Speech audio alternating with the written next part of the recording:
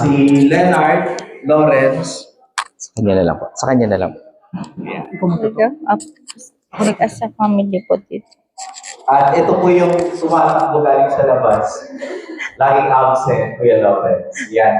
So, si Kuya Lawrence, pangalan namin, si Leonard, at si Lorraine. We've been in a community, dito tayo. Okay. We are been in a community since 2012.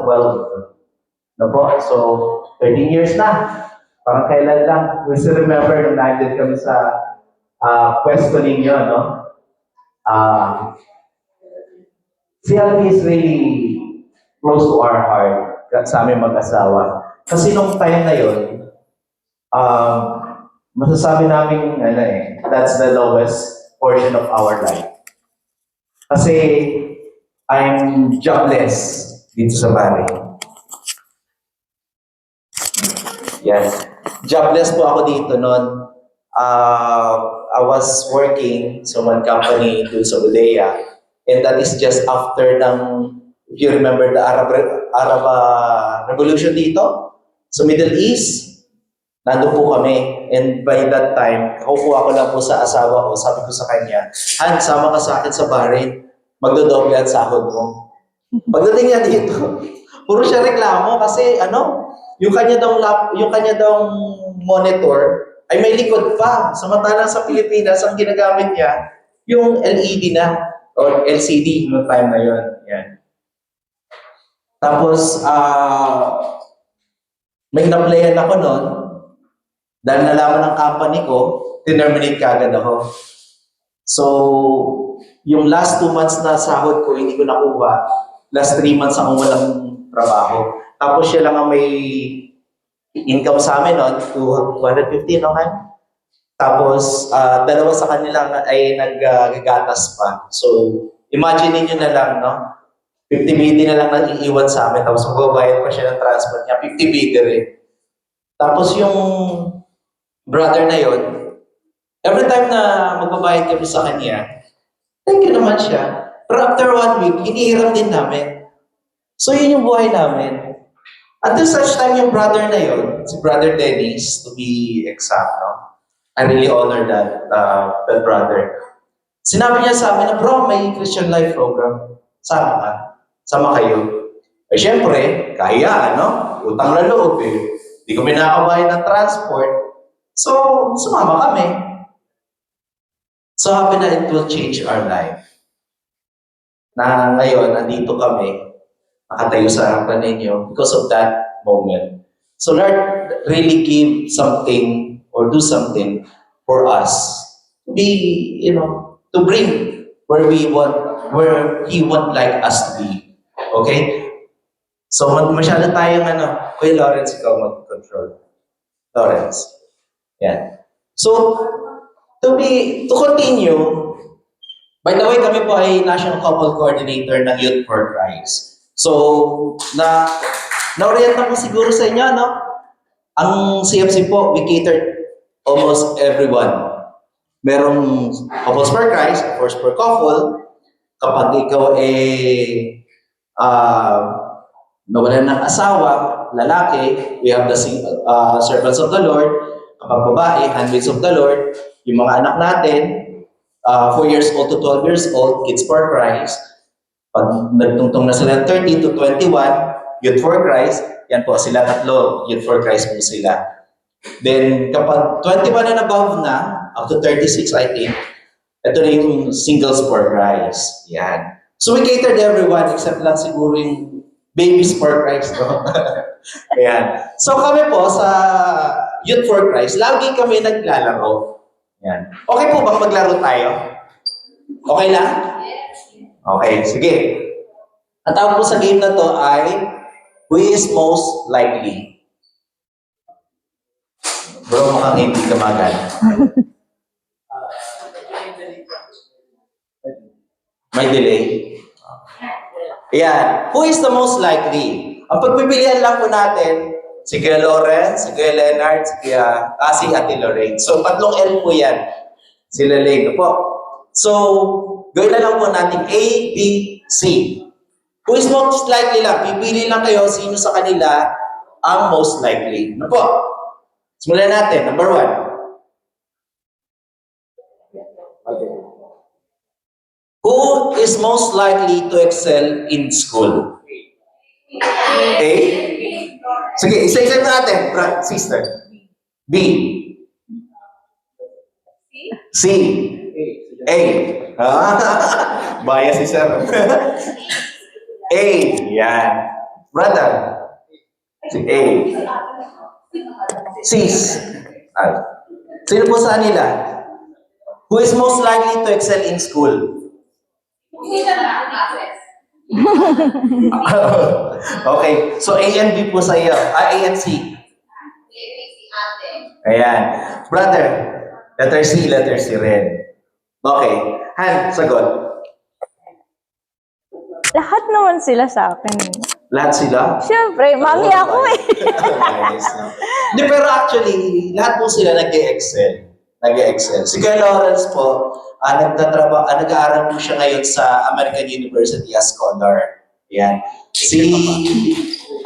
Si Leonard naman po, paalis na po siya, kagagraduate lang po niya ng grade 12 last year. Paalis na rin po siya, natanggap po siya sa Singapore. May scholarship din.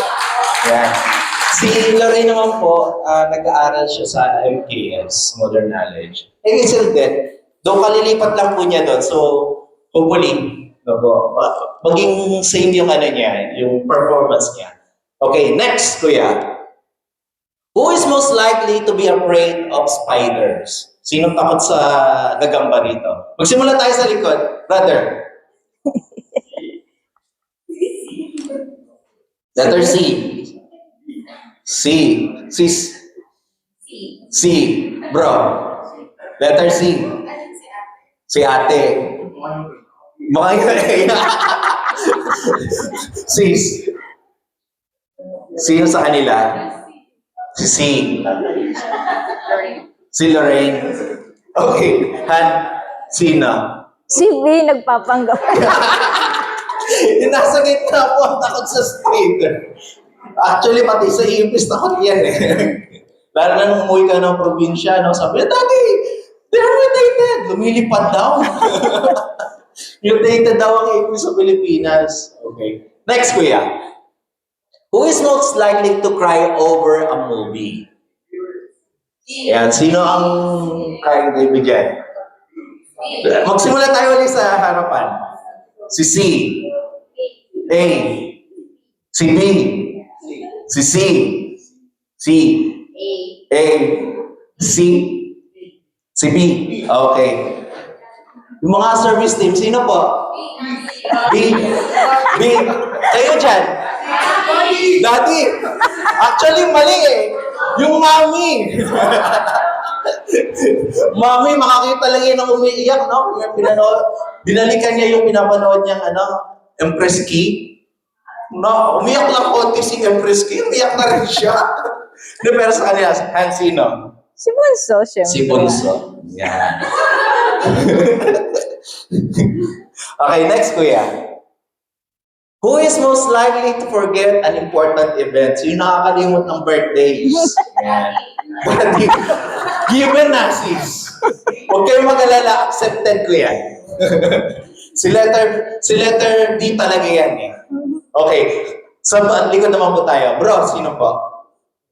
Si A. Si B. Bro, ikaw. Si A. Ikaw po. Si C. Si A. B. Okay. Si B at B. Okay, mukhang pantay lang, eh, no? At sino ba? Si B. Ha? Si B. Si B. Si B po yan. Nakakalimutan niya. Even yung youth head siya, nakakalimutan niya. Ay, meron pala chapter assembly bukas. Oo. Yan. Sige na, kuya. Next na tayo. Ayan. Who is most likely to fail in math? Si C? Okay. Tayo po. Isang na lang. Sino ang sagot ninyo? C? B? B? C? C? A? Bro, ikaw.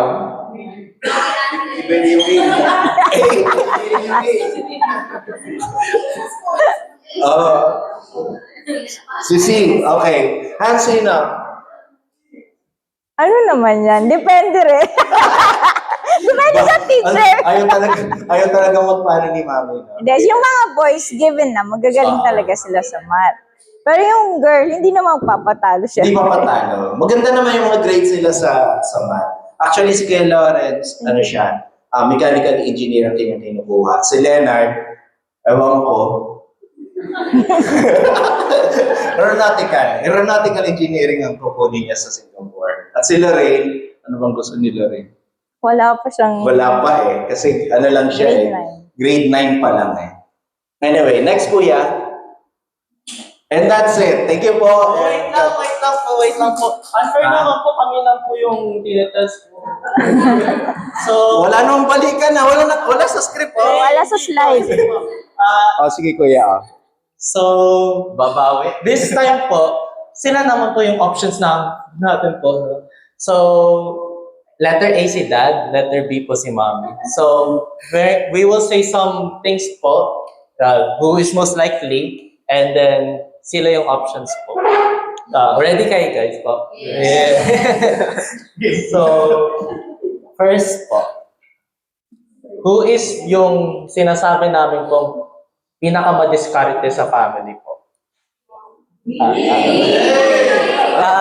Start tayo po sa harap po. A. B. Mami, syempre. Tita, sa likod po. Mami. Yes. Mami. Of course, si dad.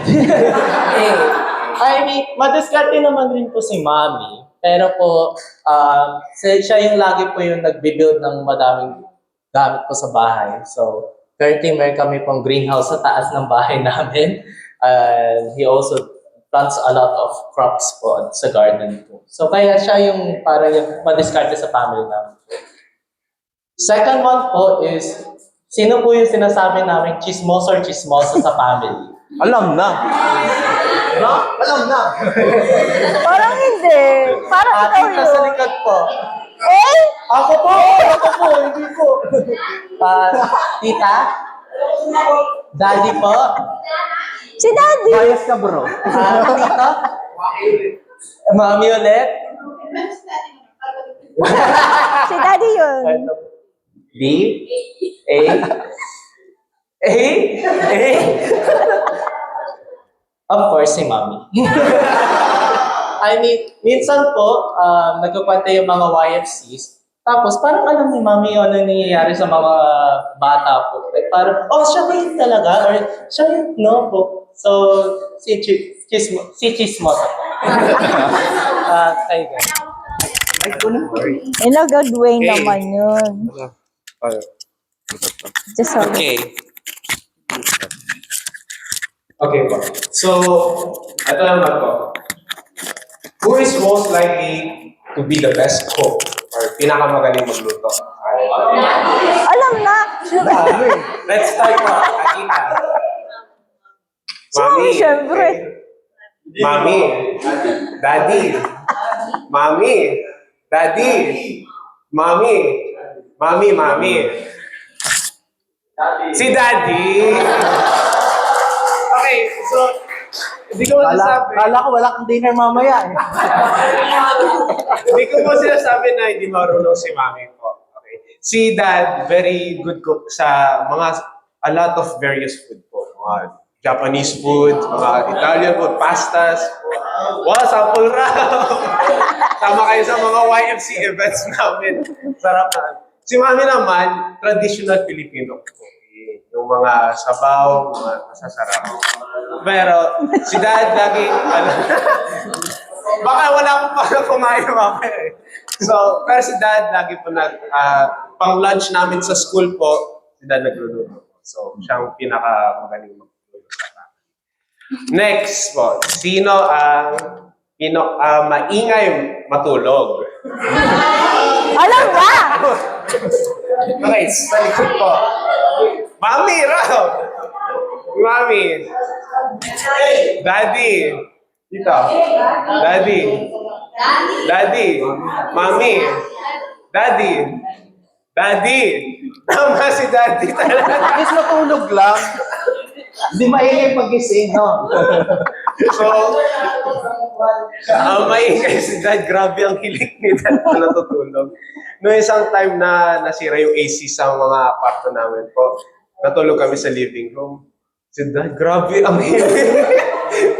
Napagising kami lahat. Di kami makatulog po. Apo. Si Bunso naman po. Sino po ay mahilig sa anime? Si Opo, si Daddy. Ay, I forgot. Sorry. Okay.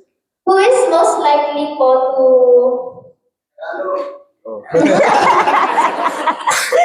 Wala mahirapan yung bata.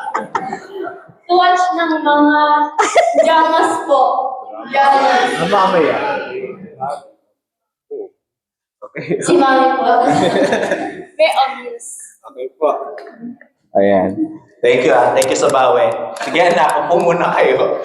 Baka may masabi pa kayong Ayan. Anyway, so nag-enjoy po kayo? Yes. Nag-enjoy kayo? Ayan. Pang ano lang, icebreaker para mawala ba yung tension kasi kanina pa kami kinakabahan eh. Ito, 20s. Ayan. So kung nag-enjoy kayo, ano wala?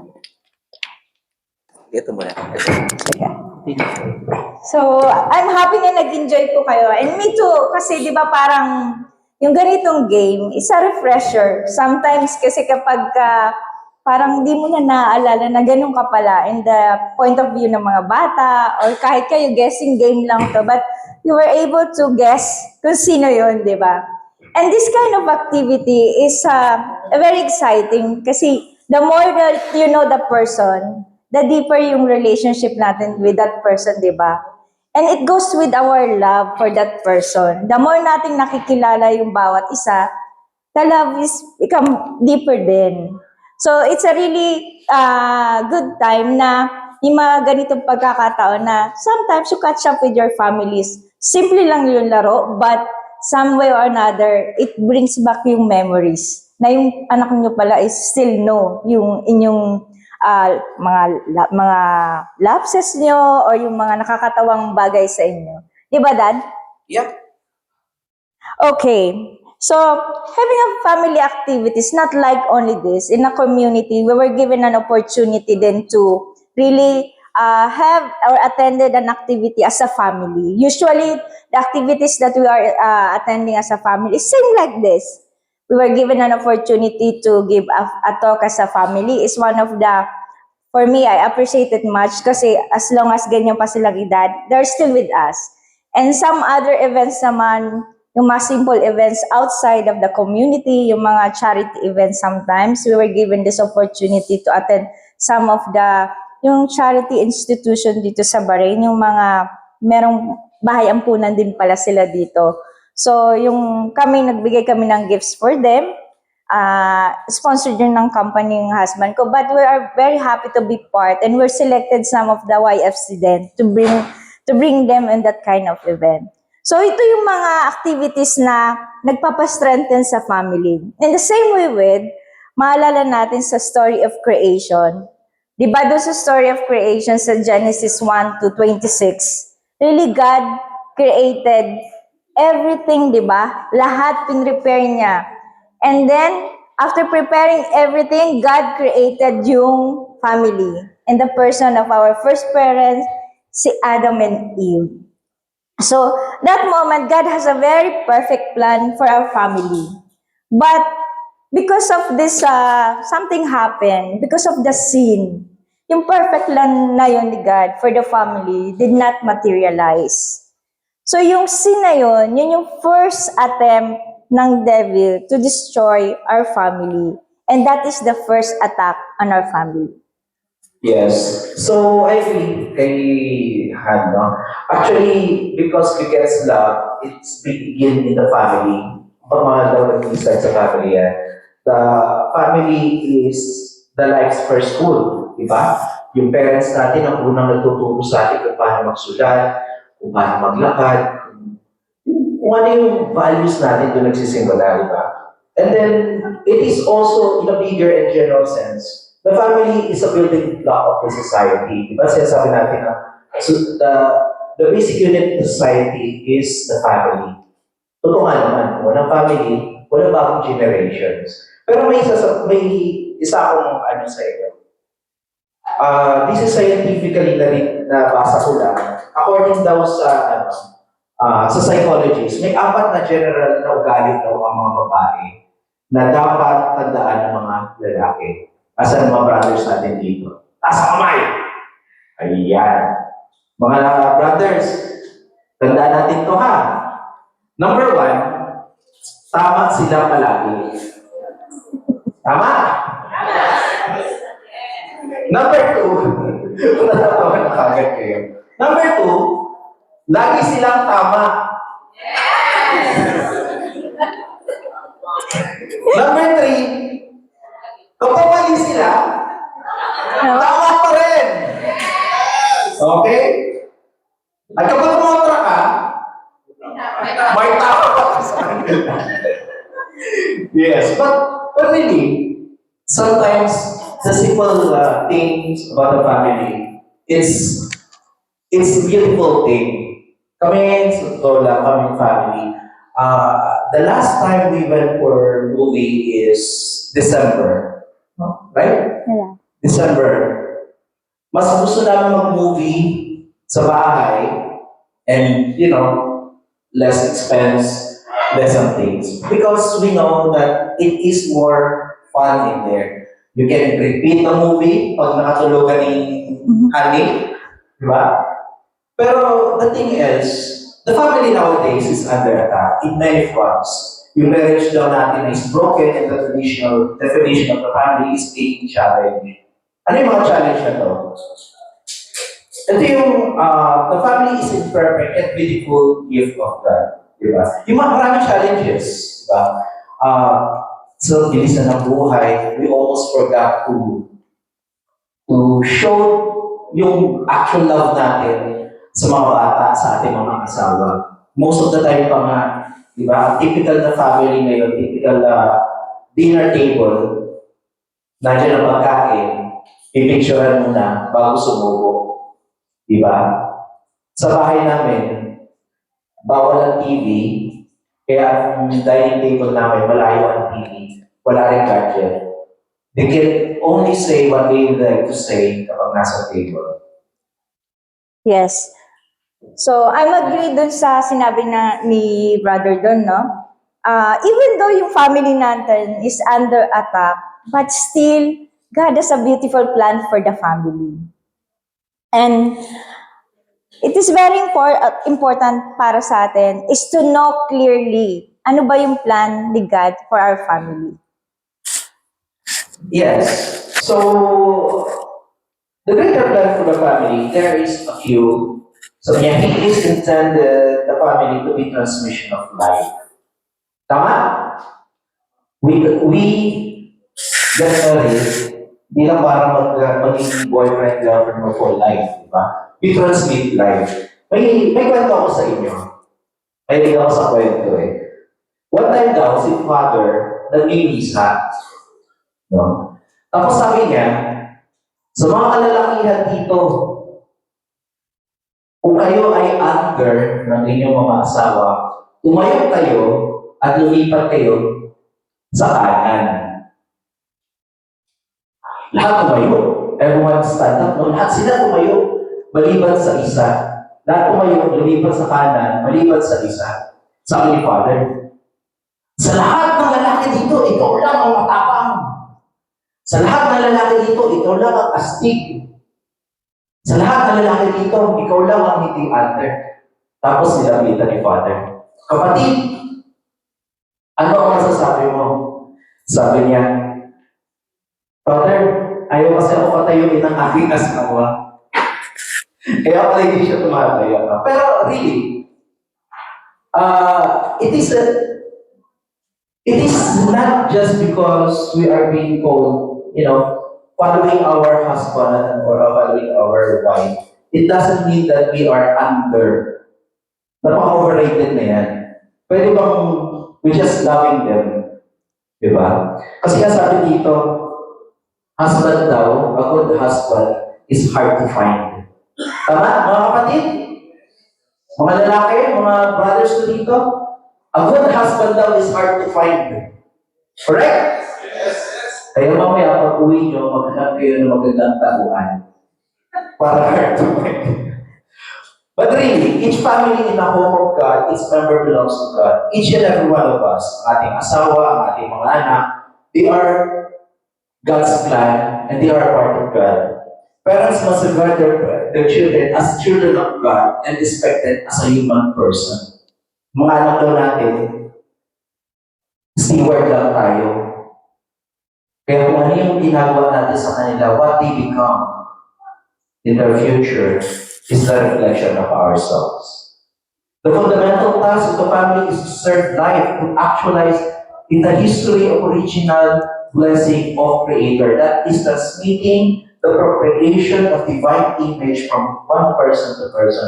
Mga kapatid, meron po ba dito pinanganak, meron po ba dito na hindi pinanganak? Yung tipong kabuti,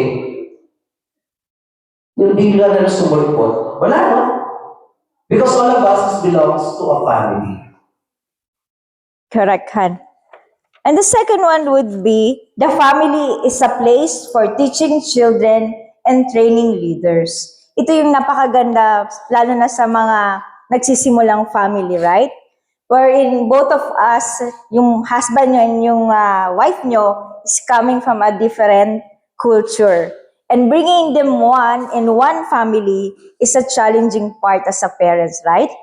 So the family is a place to transmit wisdom and values of life. Kaya nga, di ba, sa aming case mag-asawa, yung aming panganay, yan ang aming experiment di ba? Wherein, yung I received Lawrence that time, I was so overprotective. Yung madadaba pa lang, yung tumatumbling na ako, tapos nilalagyan ko na ng tissue or ano. So, and then I was so hesitant na pahawakan siya sa iba. So that is the initial reaction ng new parents, right? But for us, when you're starting a family, it is an opportunity for us to teach our children. And the values that they have learned initially in the family will be like, ito yung core values na dadalhin nila when they grow mature.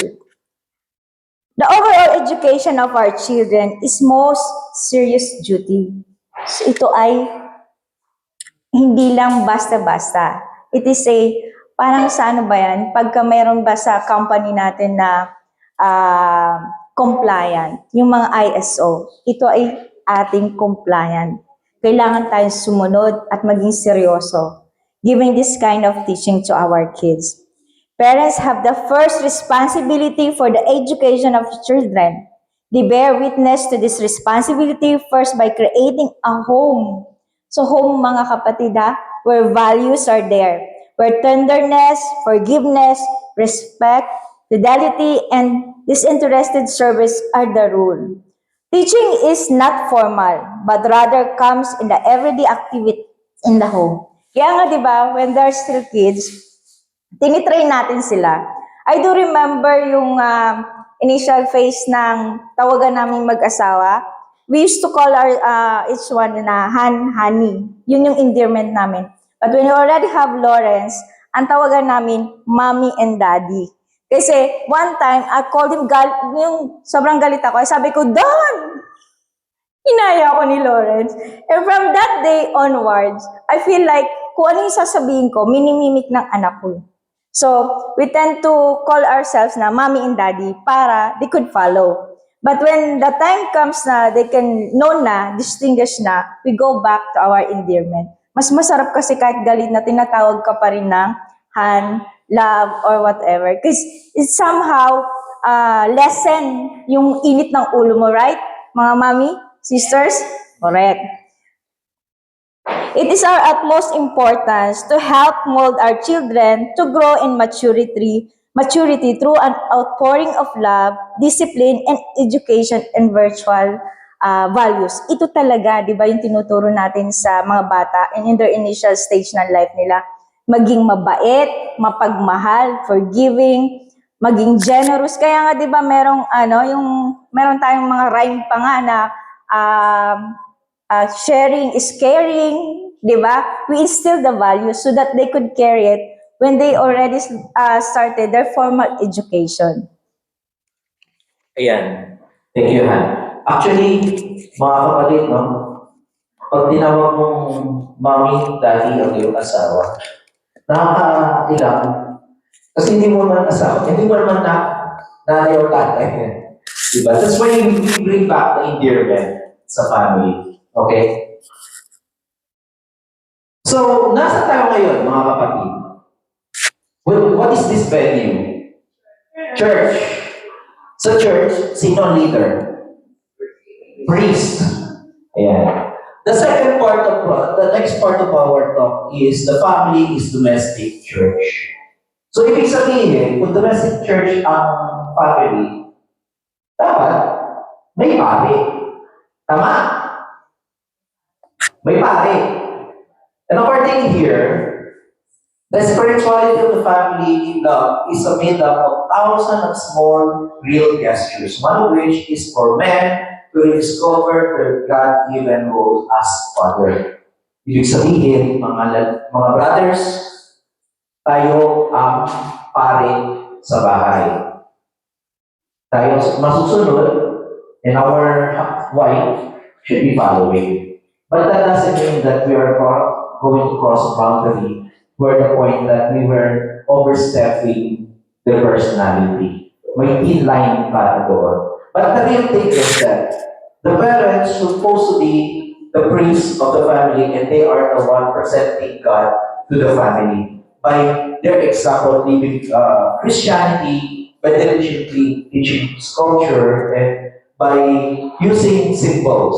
They present their family God by family prayer, by blessing the children. Noong mga bata pa po itong maliliit pa sila, kasi nag-aaral sila sa Philippine school, no? At ang English, ang Tagalog language, dalawang beses lang nila, parang dalawang subject lang nila ginagamit. So they are always conversing into English. Nung every time na nagsisimba kami, it is our obligation to let them explain to them what is the homily of the Father, what is the purpose or the lesson of that particular verse or gospel for the month, no? Or for that week. Yun yung obligation na hindi namin tinanggal sa amin. Even during our dinner, pagkatapos or lunch, every time na magsisimba kami, pupunta kami ng IKEA, we discuss that particular gospel sa amin. In that way, nakukuha nila what is the meaning of that particular gospel in a perspective of a parent. Kasi yung pare, alam mo naman, kagabi natin, they are single all the way, di ba? Iba pa rin yung perspective ng may anak at may pamilya. Okay. Napaka-amazing, di ba? Yung you will know kung ano yung wonderful plans ni God for the family. But me, myself, I'm wondering, if this is really an excellent, amazing plan of God, why it is not happening? Okay, so because of that, there is a cue. Okay, why God's plan for family is not happening? First of that is, God has lost His central place in the family. Wala na daw si God sa central place of the family. I still remember yung lola ko, no? Bago siya naging born again Christian. Actually, born again Christian siya at ang nanay ko. I still remember no na pag gusto niya magsimba, lahat kami kasama. Maski nung early age namin, lagi kami magkakasama. But through the years, nawala unity sa amin, I'm talking about my family from my parents side. Kasi ang nanay ko ay born again siya. He was converted around 1990s. Tapos si tatay, Roman Catholic siya, pero hindi niya in-exercise yung pagiging Katoliko. Sabi ko nga, kung hindi ko na pangasawa si Lily, baka wala ko din. Baka hindi ako magsimba. Kasi yung unang-unang date namin, nagpunta kami sa simbahan. Sabi niya, kung hindi tayo magpupunta sa simbahan ng Baclaran, hindi mo ako mag-date. Kaya since then, every time mag-date kami, pumunta muna kami ng Baclaran, bago kayo pupunta ng Muntinlupa. Imagine mo, dulo to dulo, no, tapos ang traffic pa. But really, hindi ko masasabi na God does in the center of our family. But I witness yung si God, yung religion, becomes the hindrance of being united sa family namin. Kasi to the point na nag-aaway ang parents ko na dahil lang sa pagsasamba ni nanay sa tournament. Kasi na naman, pabigit na sila maghapon. Tapos, alas 7 ng gabi, aalis ko si nanay para mag-Bible study. Uuwi siya ng alas 12 para gumising ng alas 3 kinabasa. Pero that's where I saw the dedication of love. It's just so happy na hindi yun nakita ng parents ko. But nowadays, parents no longer bring their child to the discipline and instruction of God. They took more and more psychology as a source of wisdom in raising child. Noong mga panahon natin, di ba, laging sinasabi na ako yung sa Bible, ako yung sa Bible. Now, more on wisdom na lang. More on kung ano yung nakikita sa internet, di ba? Husband and wife do not follow the order of God for them. There is confusion of roles. Their commitment is shaky, they cannot be dependent on, and parents become insecure. Lalo na kung mas malaki ang kita ni sister kaysa kay brother, di ba? Nagiging source of away yan. And there is too much importance given on material possession and having easy and comfortable life. Okay. Second one, it's still yours. Akin pa rin. Yeah. Okay. Akin pa daw. Okay. Second is, the family itself is losing its importance. And nowadays daw, fast break na lahat. May fast food, may lahat halos eh, di ba? Pag nagugutom ka, ma-deliver ka na, andyan na. Di ba? But the pace of modern life has become fast and make it difficult for the lasting relationship to develop. Even yung relationship na yun, isang text lang, I love you more. Ayun na, di ba? Nawala na yung 14. Sana may balik natin yun. No? Kaya kayo mga YFC, may isa kong YFC na inahatid. Sabi ko sa kanya, crush niya si ganito. Sabi niya, dito. Okay, crush mo. Sabi ko sa kanya, sakit mo ang piggyback mo, you buy a chocolate in a candy, or a chocolate in a flower, magbihis ka ng maganda, at pasyalan mo siya sa bahay. That's how you show a real love. In that way, makikita rin ng parents how serious you are. I don't know kung ginawa yun ng bata. Hopefully, no? But the tradition of families become dispensable. Separation and divorces become easy to obtain. Living is not only acceptable but has become normal. Diba? Papakasal ka sa kapwa mo, si Adam, pinakasalan niya si Madam. Si Adam, pinakasalan niya si Steve pala. Si Adam, pinakasalan niya si Steve. At si Eve, pinakasalan niya si Madam. Diba? In fact, nowadays, Philippines na lang talaga ang Vatican ang natitirang last man standing pagdating sa divorce. Diba? Hopefully, hindi natin polish yung position na yun. Because the CFC still stands on the unity of the family. Divorce is not the solution. It's only create more chaos. Diba?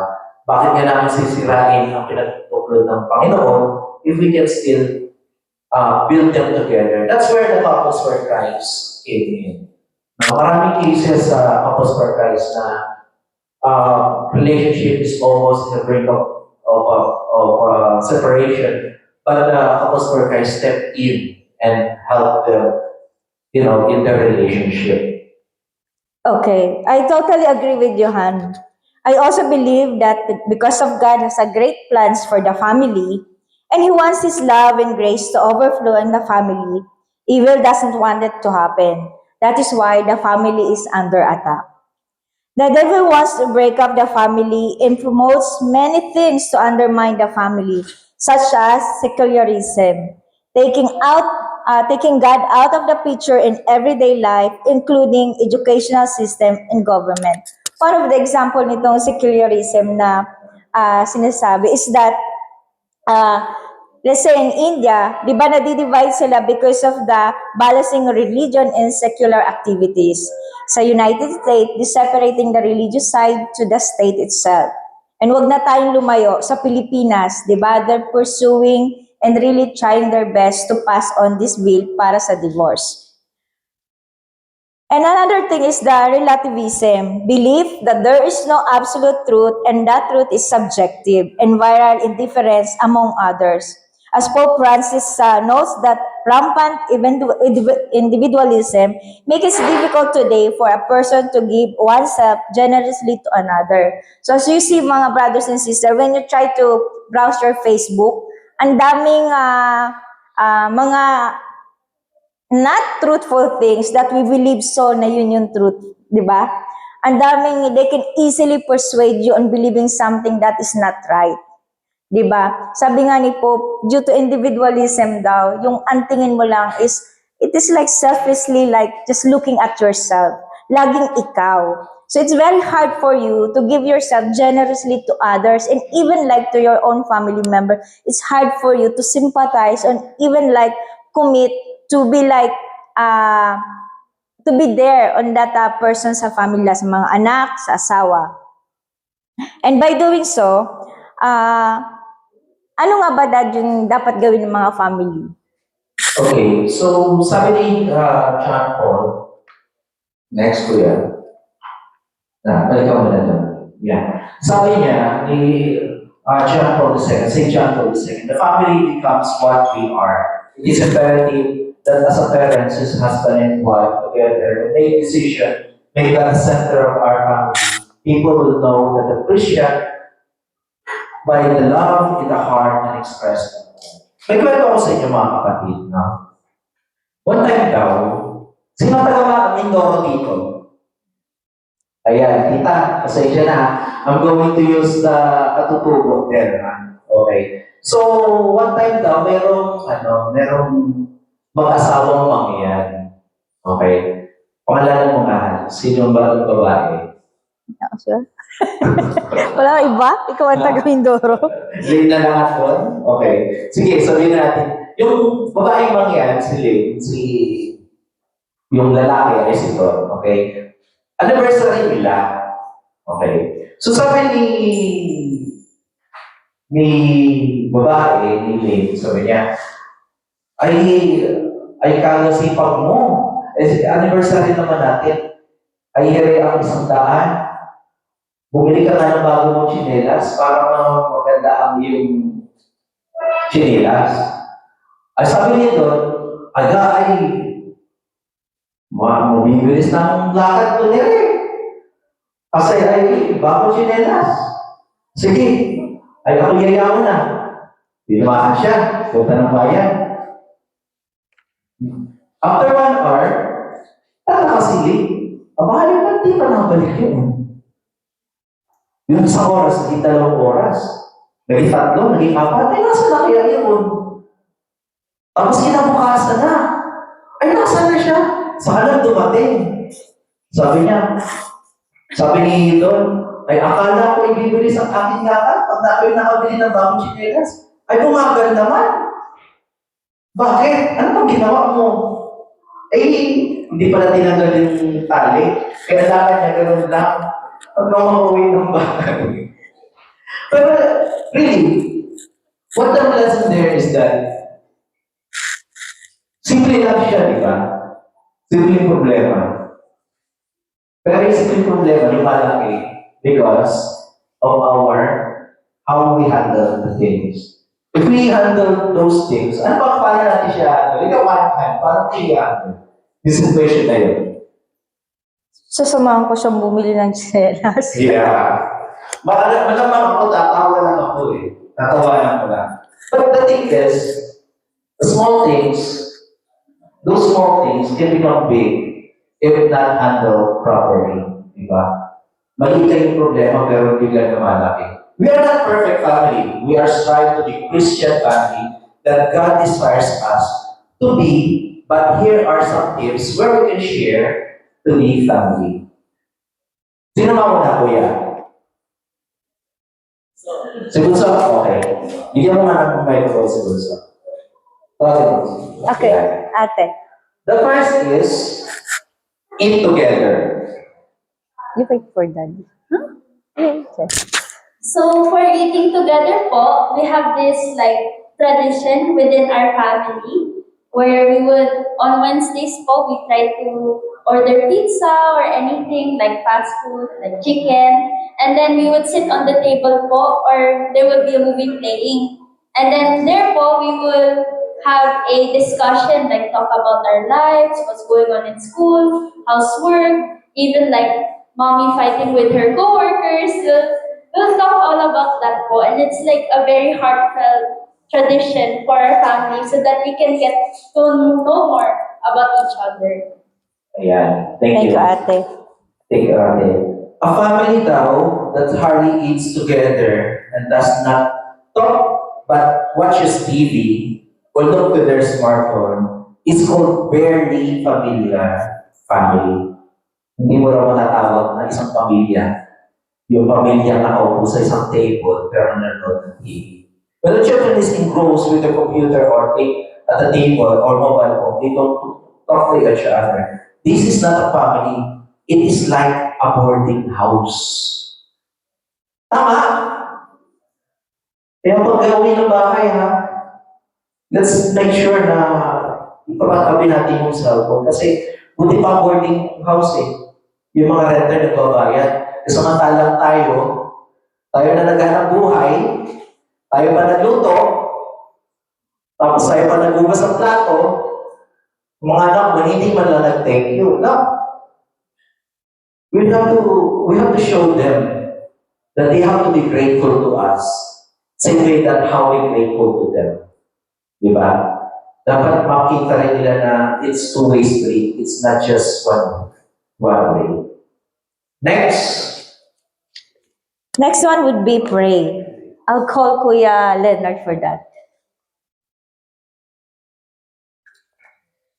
So, pray together. So, sa family po namin, we have a yearly tradition po of having a household po. So, CFC household po where nag-sharing ng may discussion, guide questions po, at nag-open ng opinions. Sa family po, we have a family household na first nanonood po kami ng The Way of the Cross po, yung movie, if you know po. At lagi, it's a very,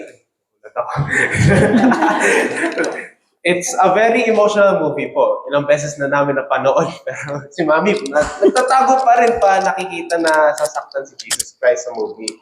And then after po, mag-household po kami, it is a time na mag-open kami, concerns na family, yung mga what we want to say to each other po. Kasi it's rare na mag-open ng ganun po, di ba? Sometimes very busy na po. So praying together, mga household amongst your family po is very important po. Praying together is where the prayers collectively na dinadala natin kay Lord. And it's much more powerful that way. Di ba po? Yun. Alright, thank you. Thank you, Kuya Lay. So consecrate our family to God. Pray as a family. Father Patrick Payton reminds us that family that prays together stays together. That's very true po. Pray the rosary as a family. Pray over your children. Pray for healing of family members. Intercede for each other's need. Yan. Tama yung mga kapatid sa bahay, kahit ng medicine o pinainom na ng medicine, we have to lay hands yung pag-pray mo ganyan, hawakan sa ulo. And then, you pray for them. Alam niyo mga kapatid, that is one of the most important thing. You know why? Bakit? Kasi, when you lay hands to your husband, wife, or children, or even your close relatives, you're transferring some of your energy to them. At hindi lang yun, yung warm na nararamdaman ng receiving party, it's something that they really need. Sometimes, hindi medicine ang kailangan ng ating kasama but your presence natin, di ba, most of the time. Okay, last is, love one another. Kuya Lawrence. So obviously, for our family, we do love each other po. Pero minsan, there's sometimes na talaga hard love is needed po. So for example, there are times where me and Leonard would always fight, or Leonard and Lorraine would fight with each other, or maybe we have done something wrong. Of course, si Dad yung parang disciplinarian. Yung parang, I remember, pinapala kami minsan. Pero that's tough love. And then when we needed comfort, si Mami yung pinupuntahan namin po. So there is both hard love and soft love po. And it is through that po that we know how to love each other po because we care about each other. Alright. Sabi dito, in order to make or show your love to your family, you have to make time for the task of building a strong family. Hindi naman lagi dapat expensive ang pag-build ng strong family. The Lord's presence dwell in the real and concrete family with all their daily troubles and struggles. Examine your daily life to ensure that the family has enough quality time to be together. Be ready and to reduce your other activity if necessary. Kami po mga kapatid, though it is a little bit, matagal na, kasi sobrang busy na kami sa YFC. Minsan, nag-fishing kami, dala-dala kami yung fishing rod ko, tapos nagpapalakihan kami ng huli. One time si Leonard, nakahuli siya 18 inches ng yung labis. Binali niya talaga yung fishing rod. Pakasama ko And nakahuli ako ng 24. Ano pa rin siya? Tapos, doon mismo sa site, meron kami lutuan kung kami nagluluto. It's something na hindi mo kailangan maging expensive. Ano ba yung people? Yung lahat ng pain namin people. Minsan crabbing kami with the family, or sometimes with the friends. Hindi po kailangan exaggerated ang pagpapamilya. In fact, the more humble the activity of the family, the more they will remember. Diba? Sabi nga dito, the model after St. Joseph and his example is the spiritual fatherhood of Jesus, and his steady parental presence. Mothers look Mothers Mary as inspiration that you may be a constant nurturer and life giver in home. While si Joseph daw ang example ng spiritual fatherhood kay Jesus. So, we have to be that example. Okay, nandun na po tayo sa time now. We're gonna call our kids po as a sharer po on how our families strive to fulfill God's plan in our families. Yeah, Our let's purpose- hear naman kung ano yung family in their lives. Si Mauna. Bunso, Ate Lorraine, go first na.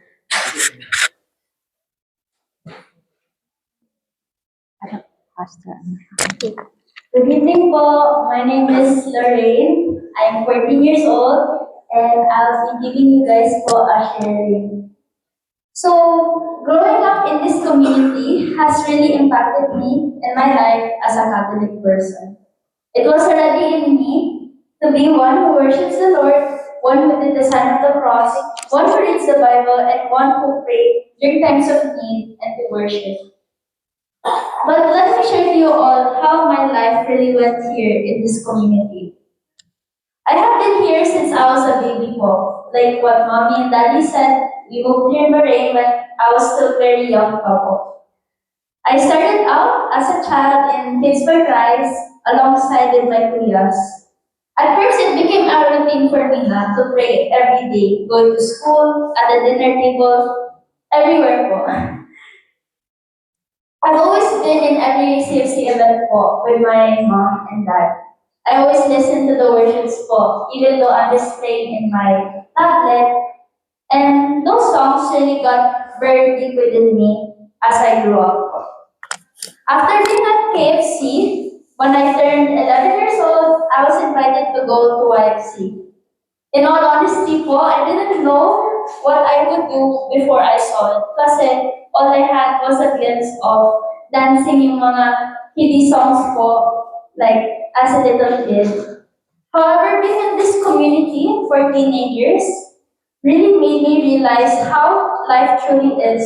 That is not just about God, but how bigger this world can be. As I got older po, things began to fall apart as my puberty hit. I started to see how difficult things were in my family, like financial struggles, relationships with my friends po, even moving to a new school where at first I struggled to fit in, not getting good grades that much, since and even leading to one where I felt out of place with my family.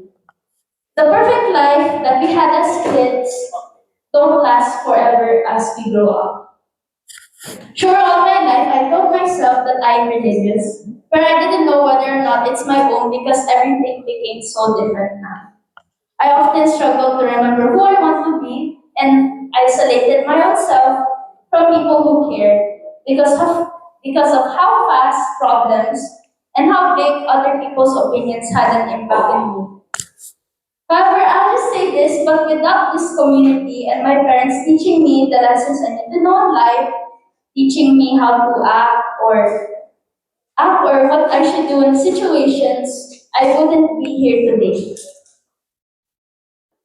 As for now, I'm holding the position as a household leader in YFC po and growing more a stronger bond with my family and doing my best in school now, getting good grades, making new friends, and also continuing my service po in KFC and YFC po.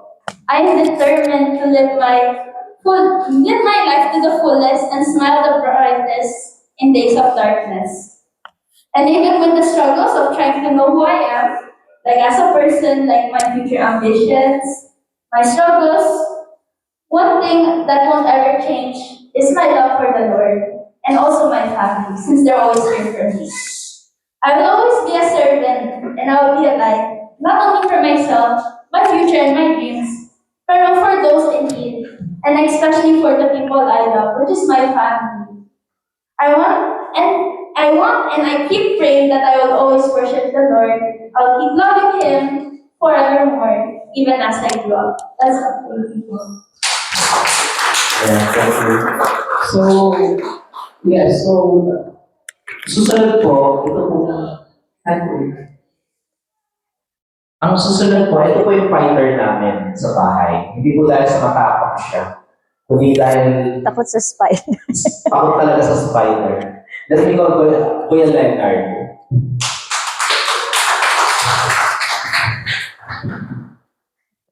So, hello po. Again po, my name is Leonard po. I'm 18 years old po. Gusto ko po i-share muna po yung journey ko po sa community first po. So, like sinabi po ni Lorraine, we came here po 2013 and immediately po, diretso na po kami agad sa KFC. Then, when I turned 12 years old, that was when I joined YFC following my brother. And since then, nasa YFC po ako and continuing my life. So, for all the times that I have been here in Bahrain for almost 12 years na po, it's always been about, we've always been in the community. And I want to share po yung struggle na I went through, not just me po, but as a family po. So, nung first po is nung August po na 2023 po, I was diagnosed with cancer po. Uncommon type of cancer, Hodgkin lymphoma po, stage 2. Ito po, this cancer develops in yung immune system ng body po. Sa leeg po, sa armpits, at sa groin po. Dahil dito po, nung time na yun, I had to take chemotherapy for 6 months. So this was 2023 po, and at this time, we are all, lahat ng schools po, especially ang PSP po, is going back to face-to-face. It was a new school year po para sa akin, but I was advised by my doctors, by my teacher, at yung principal ko rin po at that time, that I stop schooling po. But because of stubbornness ko po, I choose to continue my studies po at that time. And while studying, I was going under chemotherapy treatment. So I was mostly absent po lagi sa school noong time na yun po. Means maybe 2 times a week lang po nakakapasok because my chemotherapy session, after each, I have to rest for a few days because of the risk po. So, despite all that struggle po, I still try to continue my studies po. And by God's grace at that time po, after 6 months of chemotherapy treatment, I was healed from my condition at that time po. So after nun po, it felt like life was coming back na po. It was, my life was getting back together. Binigyan kami ng opportunity ng family ko po na pumunta ng Europe po for a vacation. It was like life was finally getting back to normal po after that 6 months of struggle. And just when another school year comes around po, I was starting to show symptoms of my condition again at that time. This was around December 2024 po na na-diagnose ulit po ako ng the same condition of stage 2 Hodgkin lymphoma po. Dahil po, instead po na nasa leeg ko lang po like last time, bigla, sorry po, umaano po siya, it was spreading towards my chest. Because of that, I had to undergo much more intense type of treatment, chemotherapy, and one final treatment of stem cell rescue chemotherapy. Because of this, again, it was during a school year, so I was mostly absent again. I missed a lot of events, I missed projects, quizzes, but I tried to catch up with my academics while still taking this treatment. And around May is when I was about to have my final treatment of stem cell rescue chemotherapy po. Because of the risk po ng treatment, I had to isolate myself po sa hospital for 1 month. 1 month po. This was around May of 2024 po. At that time, I always, every time na nag-treatment po, I always ask God na, bakit lagi, kahit na madaming tao na nagkasala sa mundo po, di ba? I was the one who got this treatment. I was the one who got this sickness. I always ask God in my prayers, bakit ako po? Bakit kami? What did we do to deserve this? It was draining most of the way. But by God's grace po, after the treatment po, I was able to be fully cured of my condition po. Throughout all that struggle po, my family has been through a lot of struggles because of my treatment. Physically draining. Even my parents having to take off leaves just to stay with me at the hospital at that time. But we never stopped praying. My family always supported me. My family always encouraged me to still hold strong despite it all being so painful, being so difficult. My family was always there for me, always telling me na, kaya mo yan, Reynard, kaya mo yan. No, final treatment ko nga po, that was when I turned 17 po sa hospital. Nag-birthday po ako sa hospital. And because sa condition ko po na time na yun, I cannot go near my family. Pero pinayagan ko ng doctors ko at nurses ko po na mag-visit yung family ko po. Visit me sa hospital at makita po ako. And they even hold a small party po during the time I was resting from my treatment. Because of this, pong struggles na to po, I changed my view on how I was treated by God. I didn't see it as a struggle, but as a chance for me. God's calling for me to inspire others with my story. I always continued my service no matter what. During that time, I was the chapter youth head of YFC, but because of my treatment, I was always gone. And now after that, I still wish to continue my service to God. I still wish to serve Him because this is my way of repaying Him. He gave me 2 chances. So I wish to continue my service. And the community is always there for me, including in my prayers, especially in the YFC po. After each treatment, I always have the YFC community to come back to. That's why I never felt alone. Kahit na masakit, kahit na physically draining at mentally po. And now, I will continue to serve God always, kasama ng family ko po, just like today. And wherever I may go, kahit Singapore po, I still wish to do my service for the Lord. Take that, may God. So, yes, hindi po siya fighter dahil nakikipag-away sa mga kapatid. Fighter po siya kasi, ano siya, cancer survivor siya twice. Yan. So, lastly, kuya,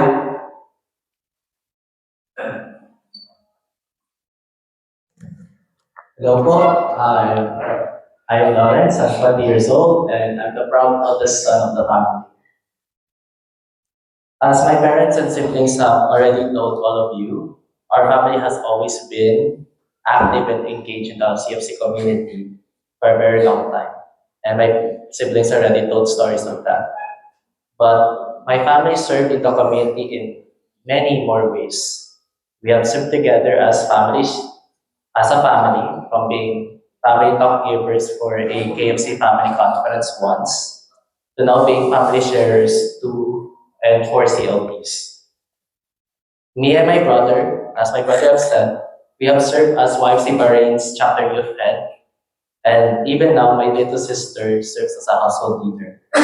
And my parents are proud current national football coordinators of YFC Bahrain. You could say that our family have lived what Lord God have wanted us to be, which is a Christian family centered in Christ's words and teaching in everything we do.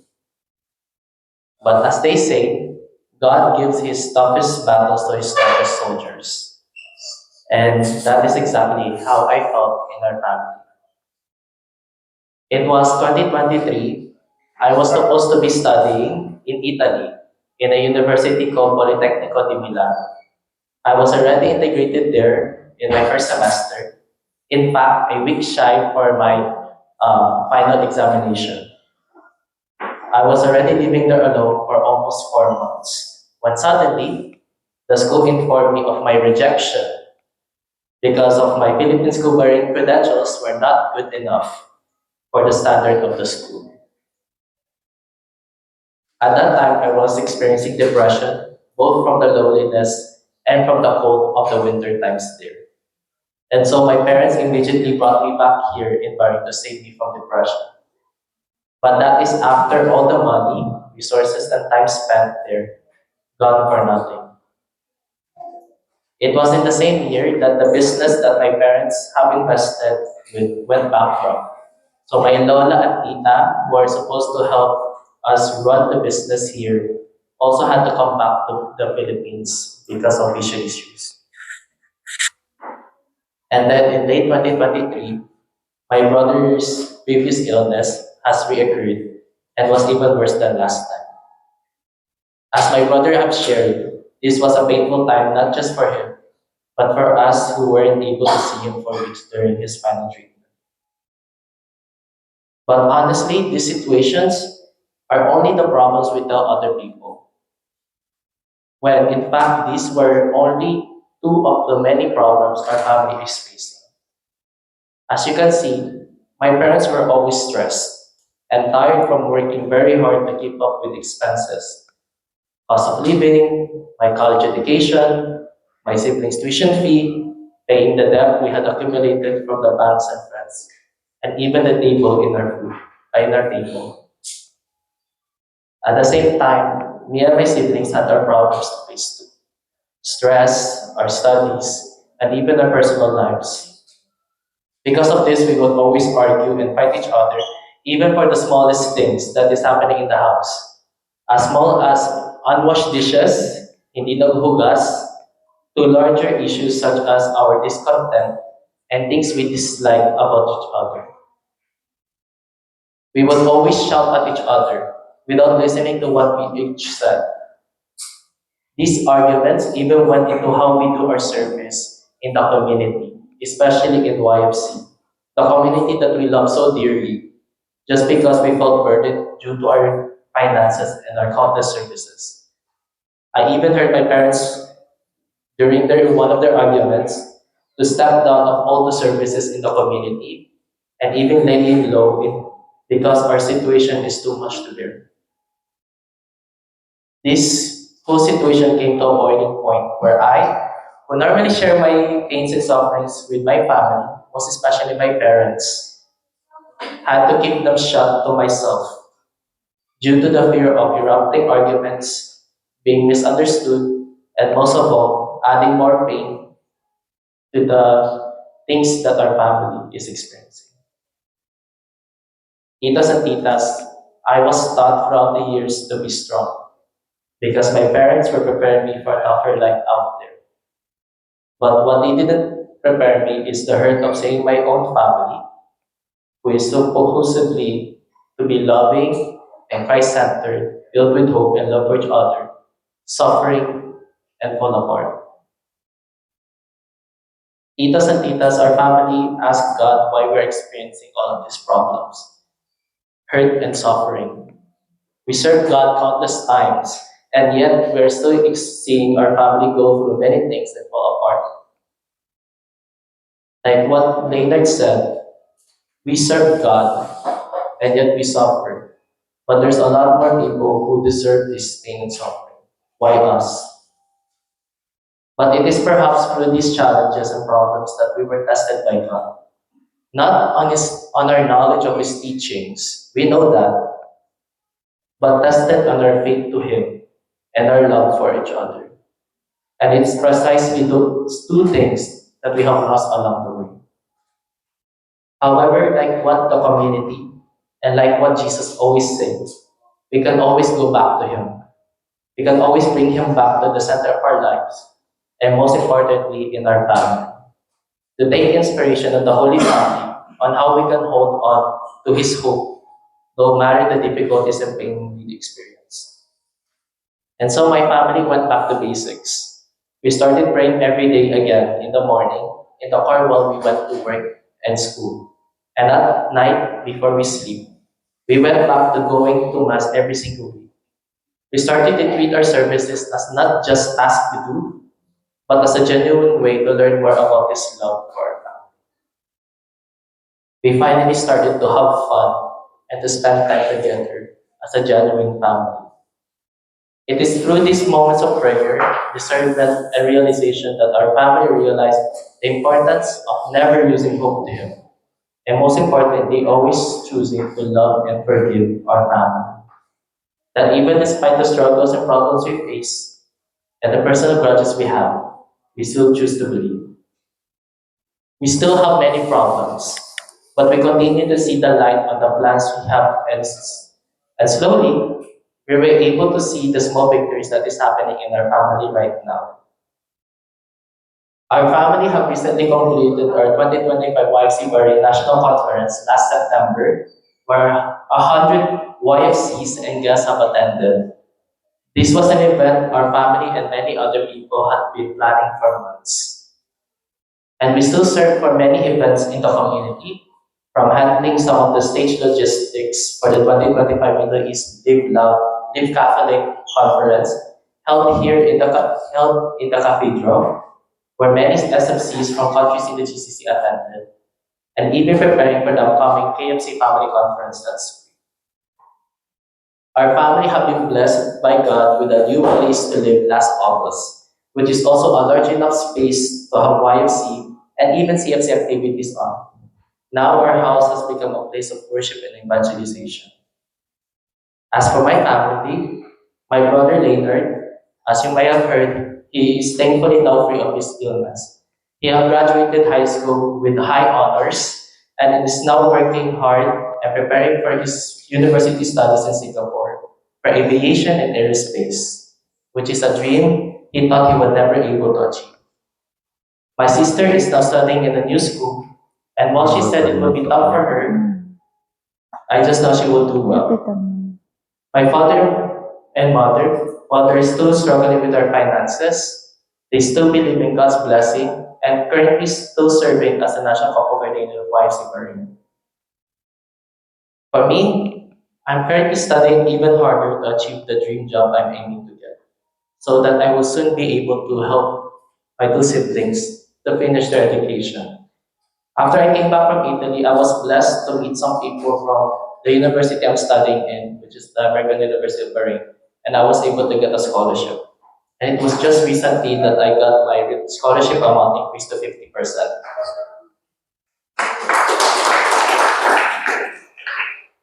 Yes, we're still financially burdened and challenged in many ways, but I still believe in God and I still believe in this family we created. Titos and titas, our families are not perfect. That is why we are so vulnerable to many things. Our families will face issues and will face a lot of problems. But if there's one thing I wish for all of you to learn from me and my family is this. Choose to love and believe in your family. Even in the hardest of days, choose to love and forgive. And I believe that is how our families, to become the Christian family that God always wanted us to be. And with that, may God be praised. Thank you. So, mga kapatid, from the words of from the mouth of my children, we are not perfect. In fact, lagi kami nag-aaway. But the thing is, we came here sa Middle East, nag-abroad tayo sa ating bansa, to earn living. To earn living for our family, to earn living for better life for our future. But in our family, it is not enough. I mean, money, you can find that anywhere. That's based on our experience. We save a lot para sa pagpunta ni Kuya Lawrence. We save a lot para sa pag-college ng mga bata. We save a lot para sa emergency funds namin. Nagamit lahat yun in just like that. It's just that what are we trying to build all of these days? It so happened na yung palang mga experiences namin bilang pamilya from here nung dumating sila, it is a preparation for something bigger. So mga kapatid, I'm not saying that it will happen to you, no? But if the problem comes to you and to your children, the tough as it is, paano nila lalagpasan yung ganong problema? Where are they going to hang on? Are they hang on to you? Or they going to hang on to God? Kasi tayo mawawala tayo, di ba? Ang tayo natin dito limited. To end up, mga kapatid, every family, despite its weaknesses, becomes a light in a dark world. We look to the Holy Family for inspiration. Amoris Letati 66 says, the Nazareth teaches us the meaning of family life. It's loving communion, it's simple and of sweet beauty, its sacred and inviolable character, May it teach how sweet and irreplaceable is in training, how fundamental and imparable its role in the social order. Mga kapatid, at this point, I would like to encourage you for a prayer. Let's pray together. Say, the Father, Son, and Holy Spirit. Jesus, Mary, Joseph, in you we all contemplate the splendor of true love. To you we we turn turn with with trust, Holy Family of Nazareth. Grant that our families soon may be places of communion and prayer, authentic school of the gospel in small domestic churches. Holy Family of Nazareth, may families never again experience violence, rejection, and division. May all who have been hurt or scandalized and ready comfort and healing. Holy Family of Nazareth, as once more mindful of the sacredness and inviolability of the family and its beauty in God's plan. Jesus, Mary, and Joseph, graciously hear our prayer. Amen. And Father, Son, and Holy Spirit. Let's keep a moment of silence to reflect on this song. Thank you.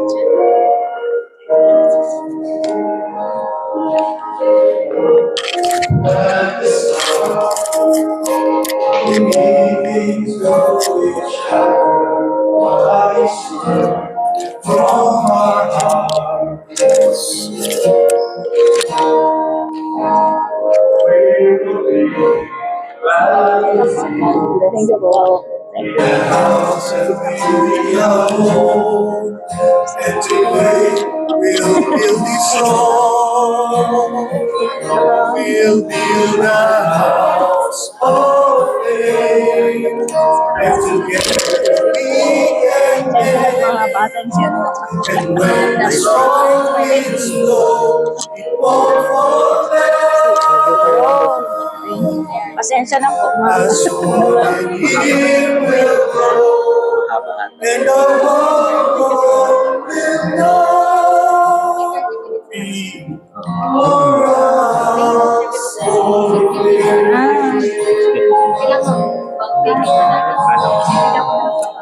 Okay na po sila na lang.